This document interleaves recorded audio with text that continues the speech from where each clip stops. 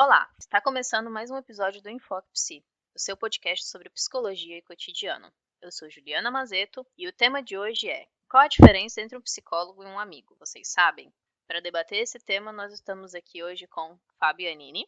Olá, pessoas. Eu sou Fabianini, sou psicólogo clínico, analista do comportamento e terapeuta afirmativo para pessoas LGBT. E hoje nós vamos estar aí conversando um pouquinho sobre esse tema. E aí, Wendel, fala quem é você na noite. Olá, gente. Eu sou o Eido Coutinho, sou psicólogo clínico, analista do comportamento e idealizador do ambientepsi.com.br. Bom, gente, levando aí já no ritmo dessa apresentação maravilhosa, vamos começar então o nosso episódio, né? Já com a pergunta do tema. E aí, qual que é a diferença entre um psicólogo e um amigo? A gente sabe que é comum a gente ouvir se eu quisesse desabafar, eu falava com um amigo, principalmente ultimamente por causa de setembro, né? Lembrando setembro amarelo, campanha de prevenção ao Amarelo. suicídio. Tem muitas pessoas postando em redes sociais sobre venha desabafar, eu posso ser um amigo para você desabafar, mas e aí? E a diferença de um psicólogo e um amigo? Então, pegando isso que você disse, né, de desabafar e tal, vou ser um pouquinho radical aqui na minha colocação. Mas talvez se você quisesse de fato resolver os seus problemas, você falaria com um psicólogo.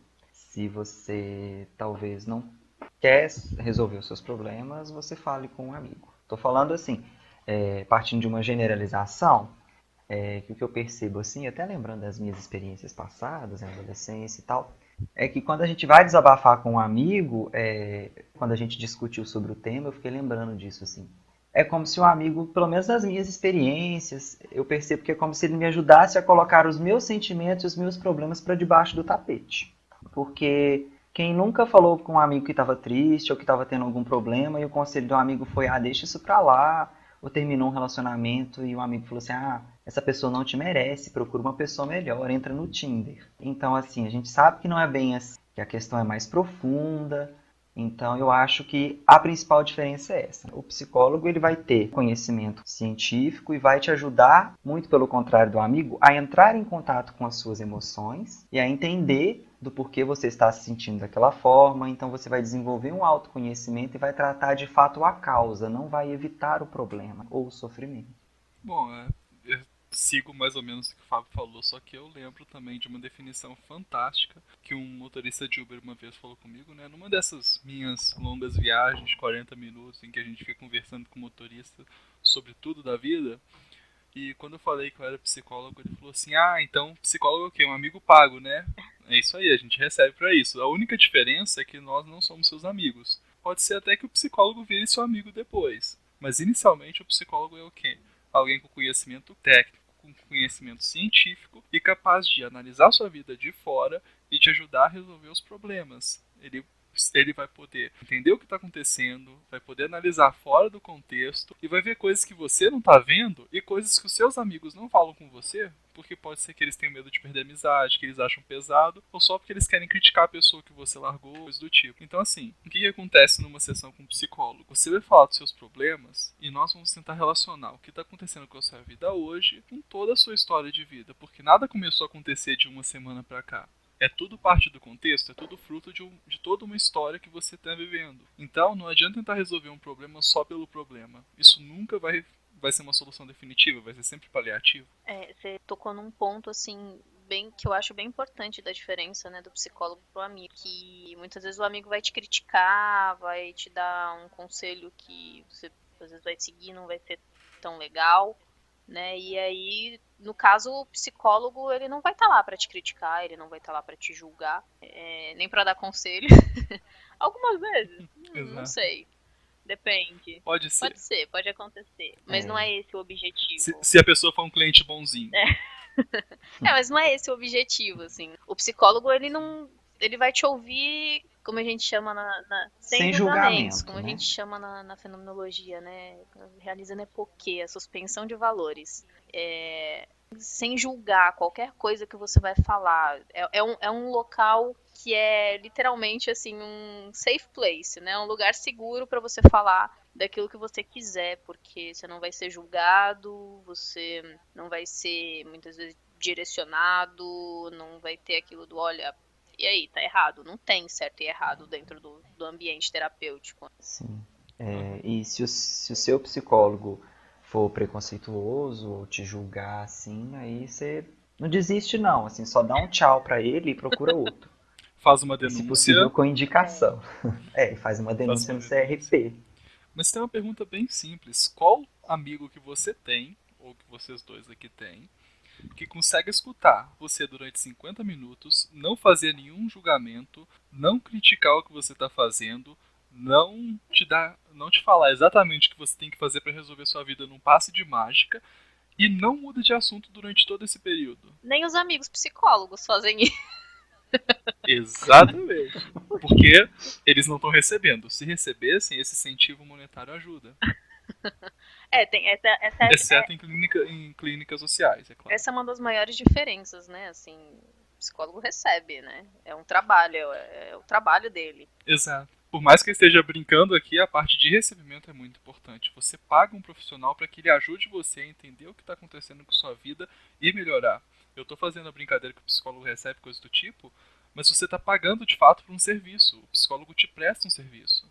Sim, e acho que tem toda essa questão também, né, do conseguir ouvir, além de, pelo menos eu percebo, de ter um gosto pessoal, né, por aquela profissão e por fazer isso, tem toda uma preparação teórica e prática. Muito provavelmente no primeiro atendimento que a gente fez lá na faculdade, pode ter sido assim. Para alguns a experiência não muito boa, ter tido muita dificuldade, às vezes não de não julgar, mas às vezes de estar ali de fato ouvindo, sem devagar muito. Então, assim, a gente passa por um treinamento também para poder conseguir fazer isso de forma eficaz e bem feita, digamos. A gente treina a nossa escuta, né? A gente aprende a ouvir plenamente, a realmente estar ali ouvindo não para responder, mas para acolher, para tentar ajudar, para ouvir mesmo, né? Porque hoje em dia o que acontece é que as pessoas escutam para responder, elas não escutam para ouvir plenamente. Uhum.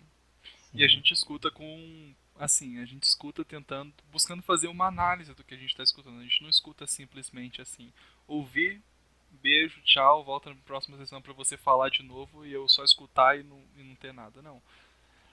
No início, quando a gente começa a atender, para que vocês tenham uma ideia, é muito difícil prestar atenção aos detalhes que a pessoa está falando durante a sessão. A gente acaba prestando atenção em tudo, acaba achando que tudo que está sendo dito ali precisa ser o que é o mais importante. E com o tempo que a gente vai treinando, a gente começa a perceber as pequenas chaves que tem ali no comportamento da pessoa, que chamam a nossa atenção para, olha, isso daqui está repetindo na sua vida. Isso daqui, apesar de ser diferente, ou apesar de você estar fazendo isso daqui com uma pessoa diferente, você reparou que é a mesma coisa que você fez lá com o outro parceiro que você tinha? Esse tipo de coisa. Assim, durante o atendimento, a gente vai fazer.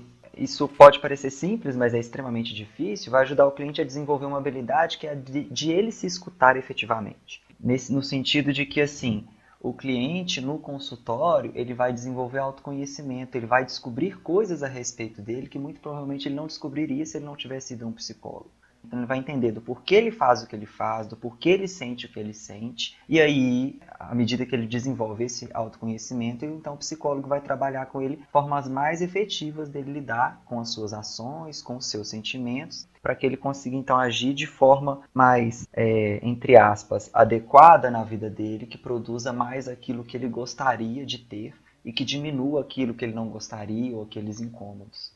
E você falou uma coisa assim, né, que é bem importante, de que o psicólogo vai ajudar, ele vai auxiliar o cliente a desenvolver habilidades, a se ouvir, a voltar para si mesmo.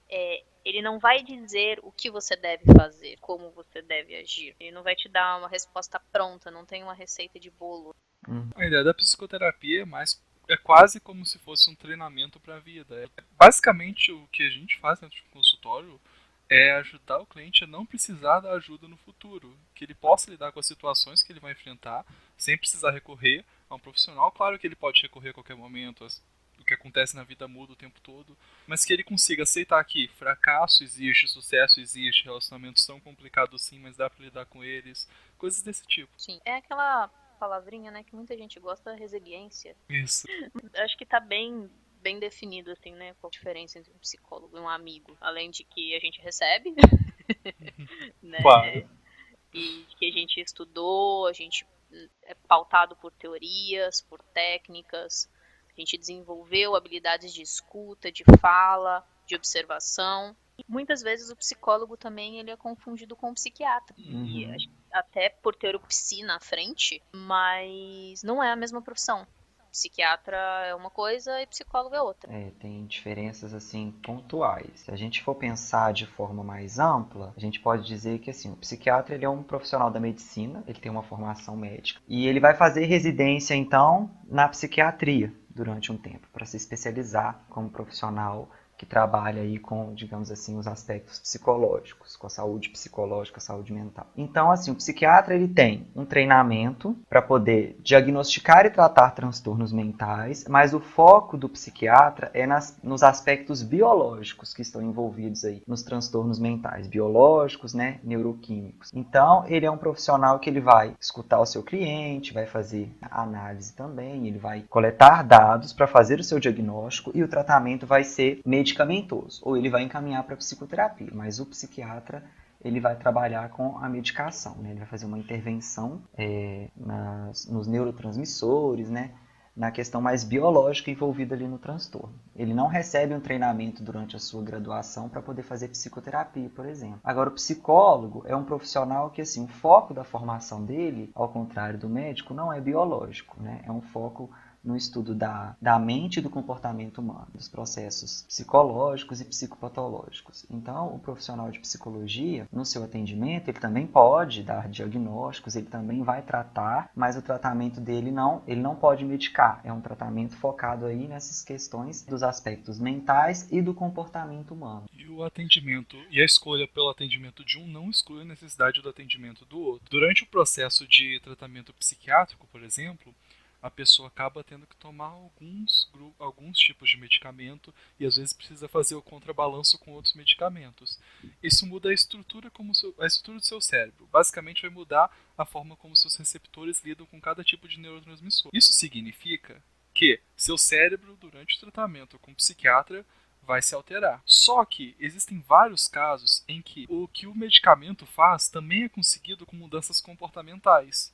Você pode, por exemplo, gerar mais dopamina, noradrenalina, fazendo exercícios físicos, tendo relações sexuais, coisas do tipo. Serotonina também é a mesma coisa. Ou fazendo terapia também. Ou fazendo terapia. No caso, a terapia também vai impulsionar a você ter os comportamentos necessários para conseguir gerar esses neurotransmissores na sua vida cotidiana. E tendo uma vida equilibrada, mantendo as atividades recomendadas pela Organização Mundial da Saúde, no tempo estipulado por ela, o ser humano típico, né, aquele ser humano que não tem nenhum tipo de deficiência em nenhum tipo de produção, na produção de nenhum tipo de hormônio, vai conseguir gerar os neurotransmissores para levar uma vida saudável. Então, comendo direito, fazendo exercícios, tendo um relacionamento saudável, mantendo um relacionamento social, indo para terapia quando necessário. Mesmo que você não esteja sentindo necessidade agora de fazer terapia, fazendo as sessões de check-up, né, uma sessão a cada um mês, a cada 15 dias, é bem comum também disso acontecer, só pra falar assim aqui, tô bem, aconteceu isso aqui na minha vida, só pra você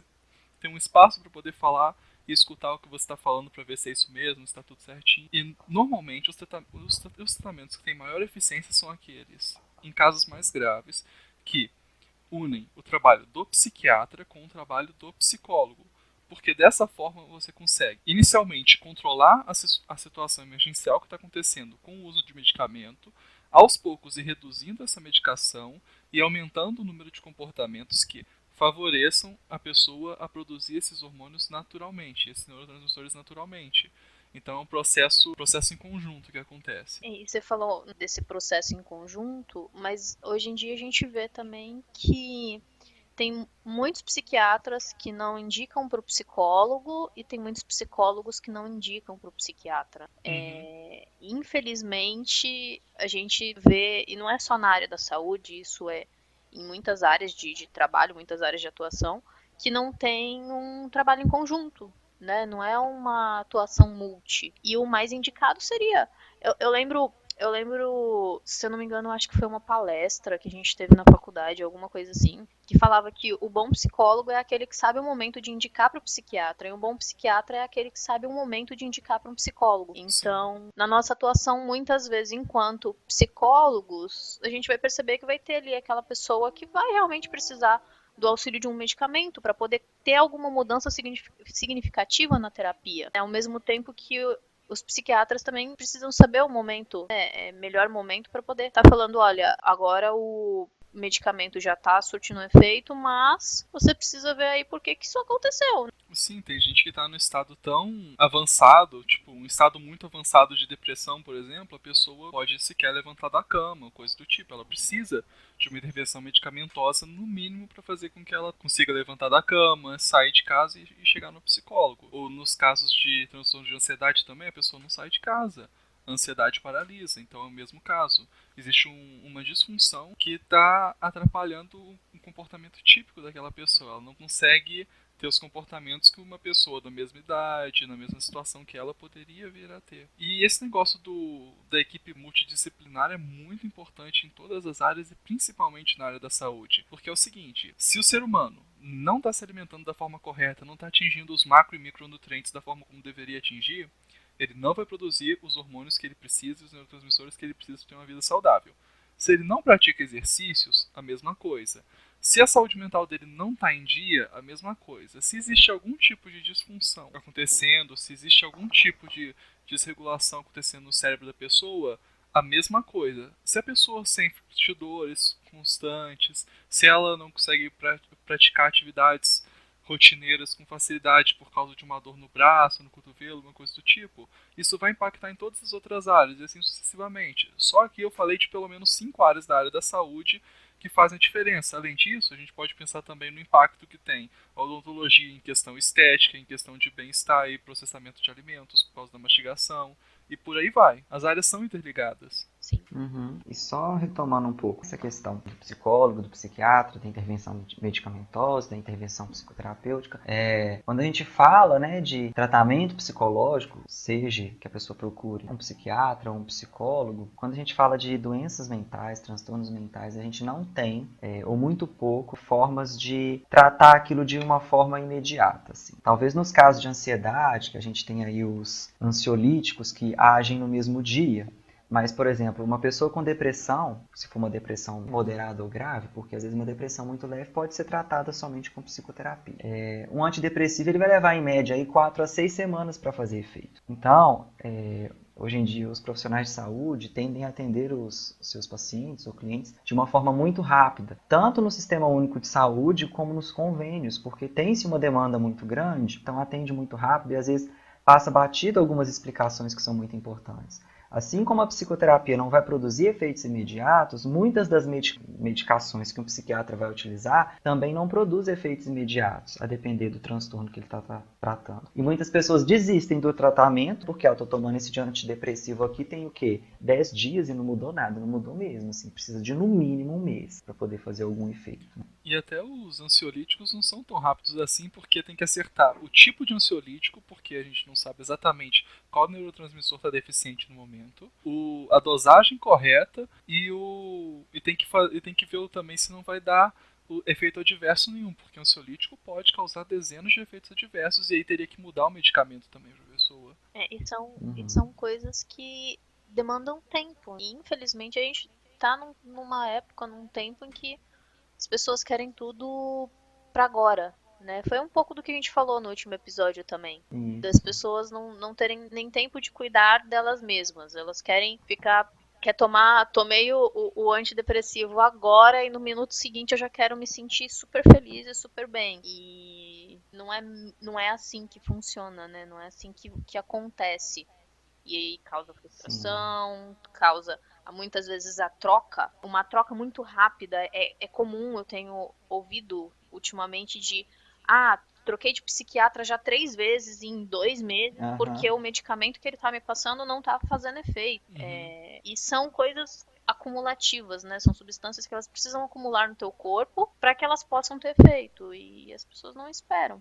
E isso prejudica muito o tratamento, porque às vezes fechar também um diagnóstico muito certinho, acertar a medicação, ou até mesmo o psicólogo, acertar de fato a sua análise, ter dados suficientes para fazer intervenções mais diretivas ou mais efetivas, leva um tempo. E aí essa troca de profissional, tudo bem que às vezes a gente acaba indo num péssimo profissional, Isso pode acontecer, mas muitas pessoas trocam de profissionais nessa pressa de ficar melhor muito rápido. Isso prejudica porque aí ela vai no outro profissional e ela tem que contar tudo de novo. Às vezes ele vai entrar com um medicamento muito semelhante porque ele ainda não sabe da resposta que ela teve ao medicamento anterior, não sabe de toda a história dela no tratamento, então vira um ciclo vicioso. Tem casos de pessoas que ficam tratando 5, 4 anos de determinada coisa porque fica trocando tanto de médico que não consegue acertar de fato o que era. Uhum. E a tendência é sempre a mesma, é sempre começar com um medicamento mais fraco, com menos efeitos adversos, e aí testando outros medicamentos. Todo psiquiatra vai fazer esse processo, a menos que conheça o histórico da pessoa e saiba que o medicamento X ou Y não dá certo, então ele precisa ir pro Z.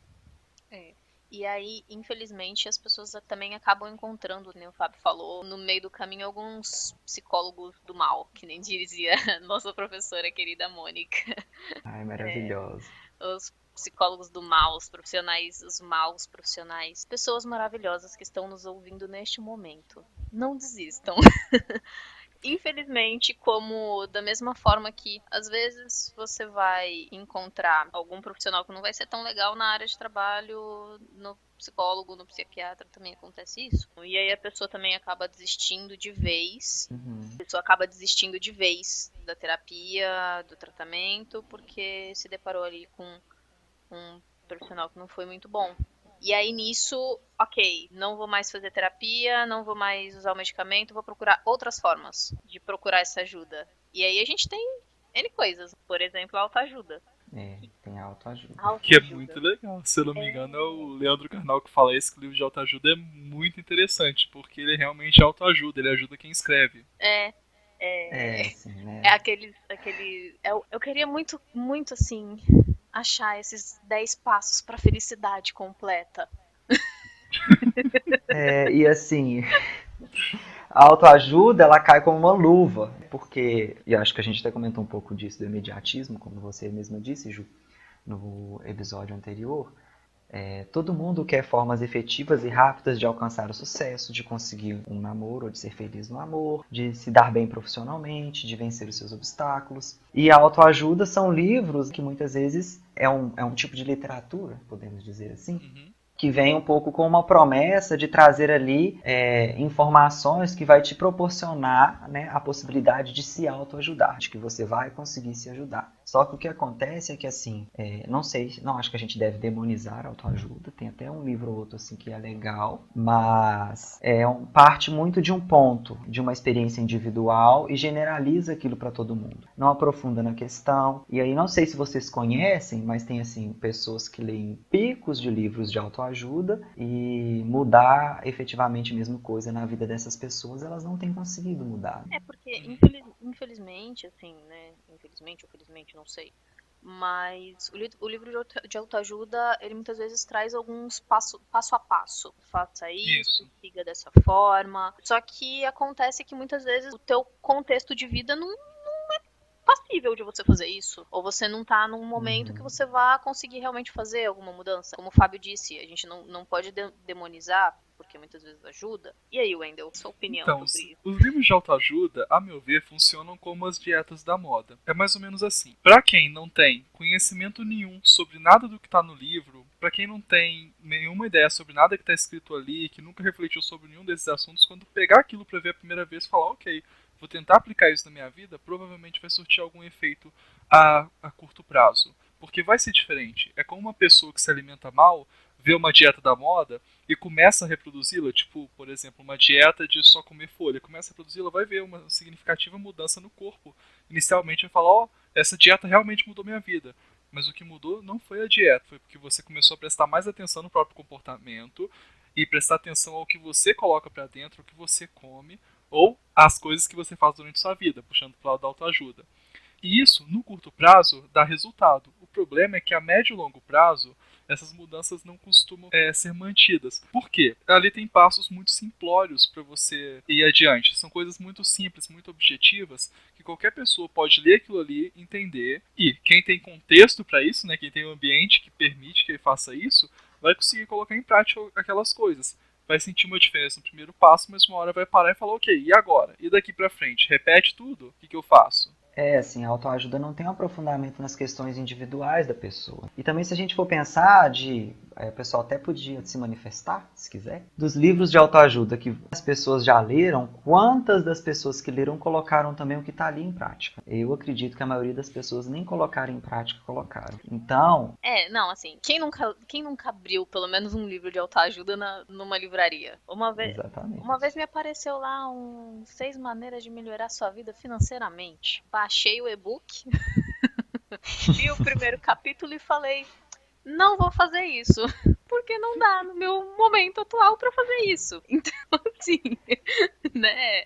Se você seguir o que tá lá, vai dar certo sua vida. Você vai conseguir ser rico, você vai conseguir com certeza o que tá ali no livro. A minha dúvida é só a seguinte, no caso da vida financeira. Você dá conta hoje de, por exemplo, anotar todos os seus gastos, cortar todos os gastos supérfluos, pegar parte do seu dinheiro e investir. A parte que você não investe, você deixa numa conta corrente e você tenta reduzir os custos e, por exemplo, abaixar o seu custo de vida, como é uma indicação, até 50% do seu salário. Você consegue fazer isso hoje? Se você conseguir, você vai ficar rico. Eu tenho certeza que você vai. A minha pergunta é, você consegue colocar isso em prática? Pois é, muitas vezes, e assim, né? Porque é eficiente. Se você fizer, é eficiente. Mas você consegue. Então, pegando o gancho do Wendel, primeiro que a gente tem que pensar que tem livros de autoajuda que podem trazer informações que alguns não têm base científica, né? Tem muita coisa de uma repetida experiência agora, muito né? individual, isso. E que às vezes, tipo assim, o autor está descrevendo ali uma experiência da vida dele que pode ser até muito mais baseada, de fato, também em sorte do que em fatos. Mas se a gente for pegar, por exemplo, o exemplo do dinheiro e generalizar isso,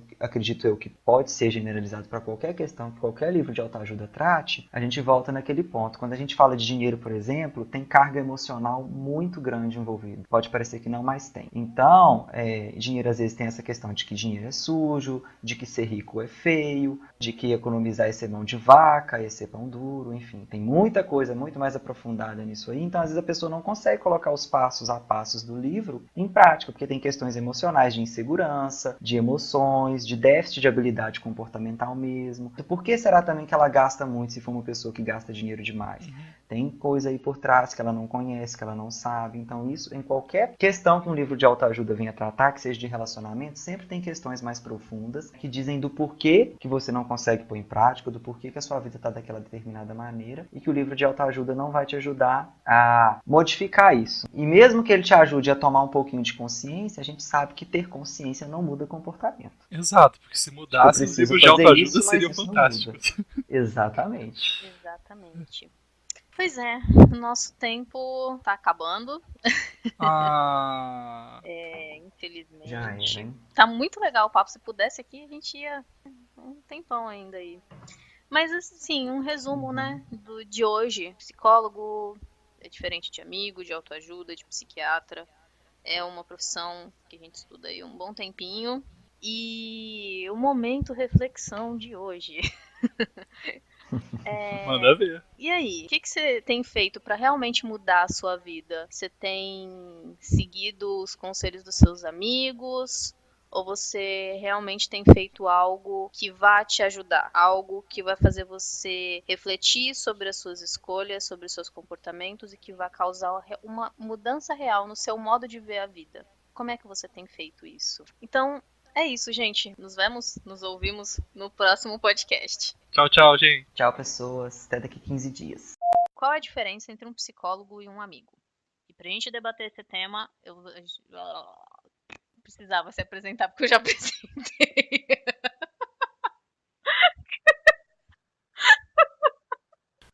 Eu vou. Tá bom. Eu vou. Pararatimbum, pararatimbum. Eu vou. Olá, pessoas, tudo bom? E aí, Wendel, fala quem é você na noite. Ficou estranho isso. Esse podcast foi apresentado, produzido e editado pelos psicólogos Fábio Iannini, Juliana Mazzetto e Wendel Coutinho.